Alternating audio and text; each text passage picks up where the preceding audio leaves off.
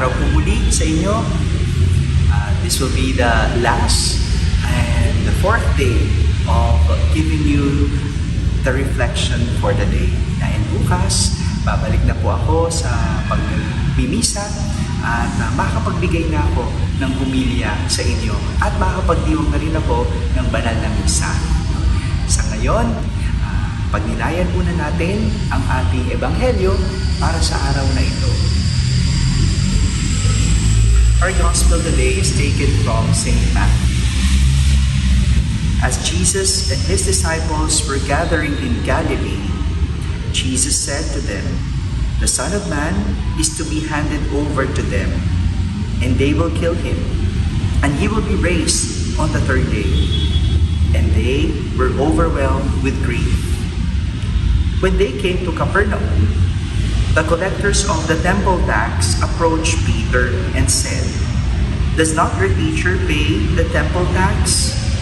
"Yes," he said. When he came into the house before he had time to speak, Jesus asked him, "What is your opinion, Simon? From whom do the kings of the earth take tolls or census tax? From their subjects or from foreigners?" When he said, "From foreigners," Jesus said to him, "Then the subjects are exempt. But that we may not offend them, go to the sea, drop in a hook, and take the first fish that comes up. Open its mouth, and you will find a coin worth twice the temple tax. Give that to them for me and for you." The Gospel of the Lord. A topic about legality, specifically on tax, is what our Gospel is about. As Jesus was asked, does he pay the temple tax? Dapat ba magbayad ng buwis? Hindi naman lingid sa ating kaalaman na batas ang pagbabayad ng buwis. At bilang Pilipino, tayo po ay mayroong moral na obligasyon na magbayad ng buwis. Ang buwis ang ginagamit ng ating pamahalaan o ng gobyerno para mapatakbo ang ating bansa. Sa pamamagitan ng ating buwis, tayo rin, mga mamamayan, ang makikinabang. At kasama ng ating obligasyon at responsibilidad ay ang pagbibigay ng nararapat na buwis. Dahil tayo ay mga mamamayan ng isang bansa, nararapat lang na tayo ay magbigay para sa ating bansa. Same with Jesus. Jesus also paid the tax. Sa totoo lang, exempted naman na dapat si Jesus. He does not need to pay the temple tax. Why? Because He is the Son of God. At ang mga alagad niya, ang mga kapatid niya, they don't need to pay the temple tax. But in order not to create any scandal, He paid the tax. And Jesus, in this way, showing an example to us that a good Christian pays tax. Meron tayong moral na obligasyon sa ating pamahalaan.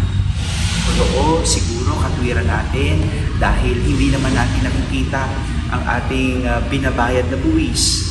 Pero that's beyond the point. Hindi na natin saklaw yun. Kung hindi man gamitin sa tama ang mga buwis na binabayad natin, pananagutan na ng pamahalaan yun. Pero kung hindi ka magbayad ng buwis ng tama, pananagutan mo na ito. Kaya itinuhamon sa atin na maging tapat lagi. We are being invited to always be truthful. Anyway, God will provide. Minsan kasi isip natin, nanginayang tayo magbayad ng buwis. But don't worry. Don't worry. Just be honest and truthful. God will always be on your side. Hindi ka mababayaan.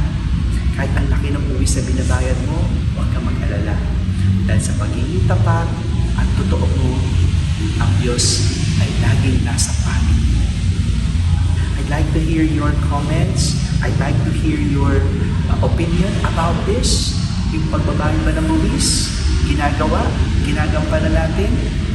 Gusto kong malaman at parinig kung ano ang pananaw ninyo sa buwis na binabayad natin sa ating gobyerno o sa ating pamahalaan. Muli po, maraming salamat po sa pagsubaybay araw-araw, sa pagninilay kasama ko po, at maraming salamat din sa mga nagbahagi ng kanilang mga kwento. Binabasa ko po isa-isa yon, at maraming salamat sa mga nagpapadala ng kanilang mensahe na binabahagi nila yung kanilang karanasan. Nagpapasalamat ako at natutuwa ako na kayo rin kahit papaano ay nakaka-relate sa ating araw-araw na reflections. Muli po, magkita-kita po tayo bukas sa banal na misa, at sa susunod na muli, magkasama-sama tayong magninilay. Ako po si Father Daichi, at maraming salamat po sa pagsubaybay sa pag-araw-araw nating pagninilay. God bless you po.